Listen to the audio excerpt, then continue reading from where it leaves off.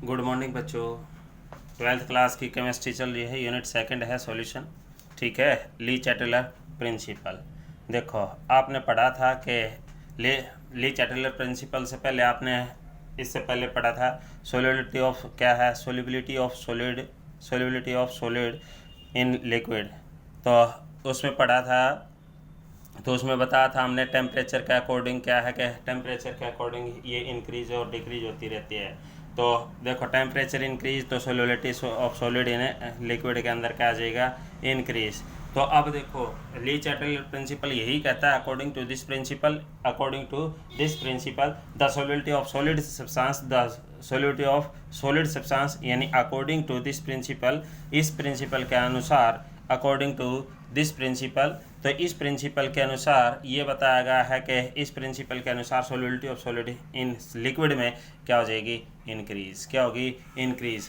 कब, with increase in a temperature, with increase temperature या rise in temperature. ठीक है, तो टेम्परेचर जैसे जैसे इंक्रीज होगा तो इसका मतलब क्या है, सोलिबिलिटी ऑफ सॉलिड की लिक्विड के अंदर इंक्रीज होगी। तो according to Le Chatelier principal.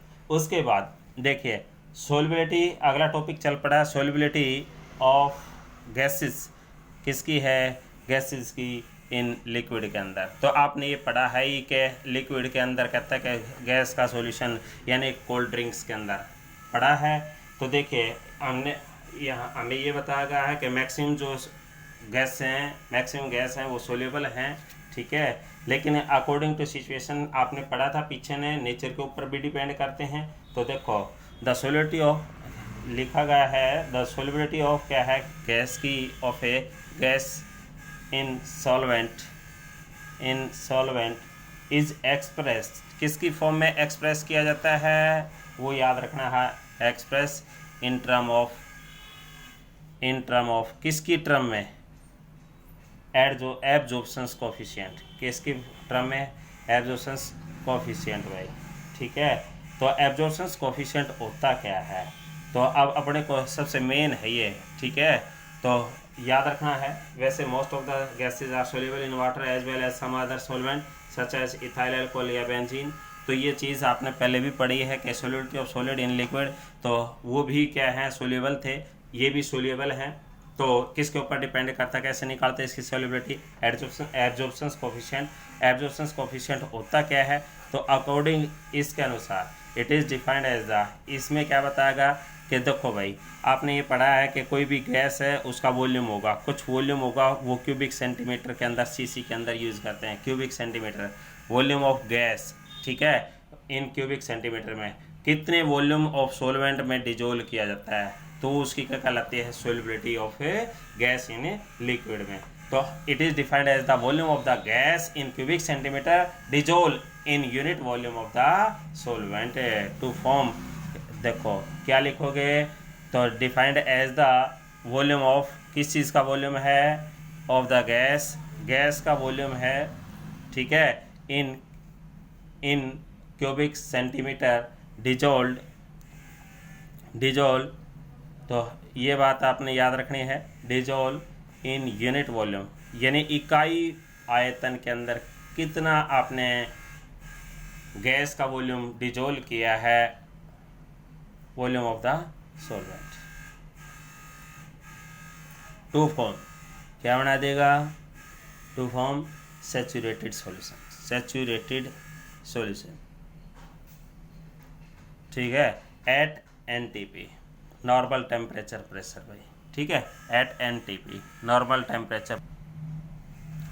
देखिए कौन कौन से फैक्टर हैं, तो फैक्टर निकालने हैं आपने, फैक्टर्स अफेक्टिंग द, कौन कौन से फैक्टर हैं जो अफेक्ट करते हैं किस चीज़ को, सोलिबिलिटी को, ऑफ द सोलिबिलिटी, किस चीज़ की सोलिबिलिटी है वो याद रखनी है, ऑफ गैस की, किसके अंदर है, इन लिक्विड में।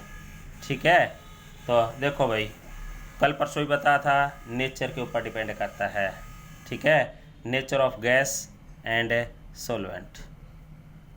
तो देखो आपने पढ़ा था लाइक प्रिंसिपल के अकॉर्डिंग कहता है polar gases dissolve in polar solvent, non polar gases dissolve in non polar solvent. Example था जैसे NH3, SO2 या HCl या फिर CO2 which is polar in nature and dissolve in, ये पोलर नेचर के हैं। कैसे नेचर के हैं? पोलर, ठीक है। डिजॉल्व इन किसके अंदर? जैसे वाटर है वो भी पोलर इन है नेचर में। दूसरा साथ के साथ दूसरा है गैसेस लाइक, जैसे कहते हैं कि H2 है, N2 है, तो O2 है, ये नॉन पोलर इन नेचर है। कैसे हैं? नॉन पोलर इन नेचर हैं, ठीक है। नॉन पोलर में तो किस में डिजोल्व हो जाएंगे? Dissolve in non polar solvent like, जैसे इथाइल एल्कोहल है, ठीक है, इथाइल एल्कोहल है, ठीक है, बेंजीन है। तो ये एग्जाम्पल हैं किसके? नॉन पोलर सॉल्वेंट के। तो नॉन पोलर सॉल्वेंट और ये नॉन पोलर सॉल्यूट हैं, ठीक है। तो nature of the gas.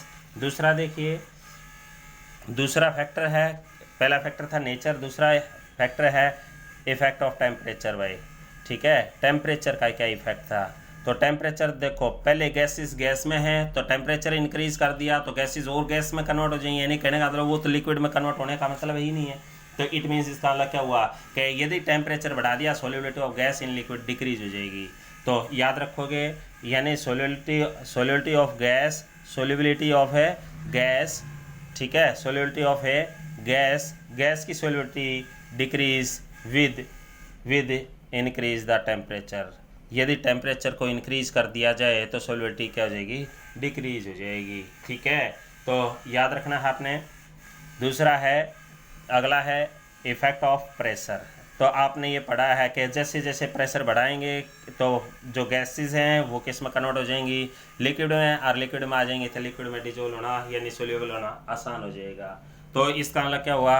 Increase the pressure, ठीक है, इंक्रीज द प्रेशर। तो प्रेशर को इंक्रीज कर दिया, इंक्रीज द प्रेशर, प्रेशर को इंक्रीज कर दिया तो द सोल्युबिलिटी ऑफ गैस, ठीक है, सोल्युबिलिटी ऑफ गैस, गैस की किसके अंदर? इन लिक्विड में, ठीक है नी, इन लिक्विड इंक्रीज, तो इंक्रीज हो जाएगी भाई, बढ़ जाएगी। यही हमें कौन बताता है? Henrys law. क्या बताता है? हेनरीज लॉ, ठीक है। ली चैटरलैंड प्रिंसिपल तो टेम्परेचर के ऊपर था, increase the temperature increase the solubility. तो हेनरीज लॉ क्या कहता है? Increase the pressure increase the solubility of gas in a liquid, ठीक है। अकॉर्डिंग टू दिस लॉ, इस लॉ के अनुसार मास ऑफ द क्या है? Gases, mass of the gases, amount of the gases dissolve in a, कहता है given volume of the liquid is directly proportional to, किसके डायरेक्टली प्रोपोर्शनल है? Pressure के, कि गैस के द्वारा कितना प्रेशर लगाया गया है उसके डायरेक्टली प्रोपोर्शनल है। एट कांस्टेंट, किस चीज़ के कांस्टेंट है? टेम्परेचर, क्योंकि टेम्परेचर इंक्रीज नहीं होना चाहिए, तो एट कांस्टेंट है टेम्परेचर। तो कोई ना कोई कहता है कि प्रोपोर्शनलिटी का साइन हटाओगे, कोई ना कोई कांस्टेंट लगा दिया तो KH बोलते हैं, तो इसका मतलब क्या हुआ? हेनरीज कांस्टेंट बोलते हैं। क्या बोलते हैं? हेनरीज कांस्टेंट, ठीक है। साथ ही साथ अब आपने याद रखना है लिमिटेशन क्या है? Limitations of Henry's law, of Henry law. Henry law की लिमिटेशन क्या है? तो सबसे बड़ी लिमिटेशंस है, क्योंकि टेम्परेचर और प्रेशर को मेंटेन करना, तो कहते हैं the pressure should be low and the temperature should be high, that is gas should behave like an ideal gas. यदि कहते हैं कि तो वो किसकी तरह बिहेव करेगी? आइडियल गैस की तरह, और आइडियल गैस की तरह करेगी तो वो क्या है कि कंपाउंड नहीं बनाती, ठीक है। तो कंपाउंड नहीं बनाती तो इसका मतलब क्या है? कंपाउंड फॉर्मेशन का, तो कंपाउंड नहीं बनाती, ठीक है। Do not formation of, do not form, ठीक है, याद रखना। यानी कि डू नॉट फॉर्म क्या नहीं बनाती? कंपाउंड, ठीक है, डू नॉट फॉर्म कंपाउंड। तो कंपाउंड नहीं बनाती तो इसलिए इसका मतलब क्या हुआ कि फिर ये सोल्यूबल नहीं हो रहेगी। तो इसका मतलब क्या है? लिमिटेशंस है कि हमें क्या है कि लो प्रेशर और temperature should be high. Application क्या है इसकी? एप्लीकेशन भी याद रखनी है, ठीक है। एप्लीकेशन ऑफ हेनरीज लॉ, तो हेनरीज लॉ की एप्लीकेशन भी याद करनी है, एप्लीकेशन ऑफ हेनरी लॉ, क्योंकि साथ के साथ पूरा टॉपिक हो जाएगा। तो देखो भाई कहाँ कहाँ यूज़ करते हैं। पहला पॉइंट है, तो देखो भाई प्रेशर यदि हमने इंक्रीज कर दिया तो solubility of gas in liquid में इंक्रीज हो जाएगी। तो इसका मतलब किस में यूज़ किया? इन सॉफ्ट ड्रिंक में, यानी कि सॉफ्ट ड्रिंक अब समझो हो कोका कोला जिस तरह जिसको बोलते हैं, ठीक है। तो सॉफ्ट ड्रिंक में सोडा वाटर में यूज़ करते हैं।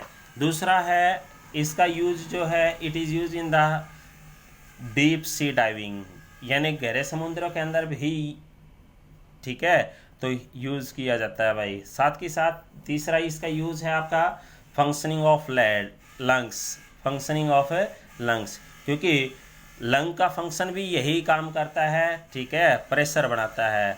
आई बस, क्योंकि लंग क्या काम करता है, ऑक्सीजन को ब्लड के अंदर कहते हैं मिक्स करता है ना, तो इसी पर्पज से करता है। It is also use for the climber, ठीक है, फॉर द क्लाइंबर, जो ऊपर चढ़ते हैं ना पर्वतारोही, ठीक है, तो वो भी इस एनरीज लॉ का यूज़ करते हैं, ठीक है। Thank you.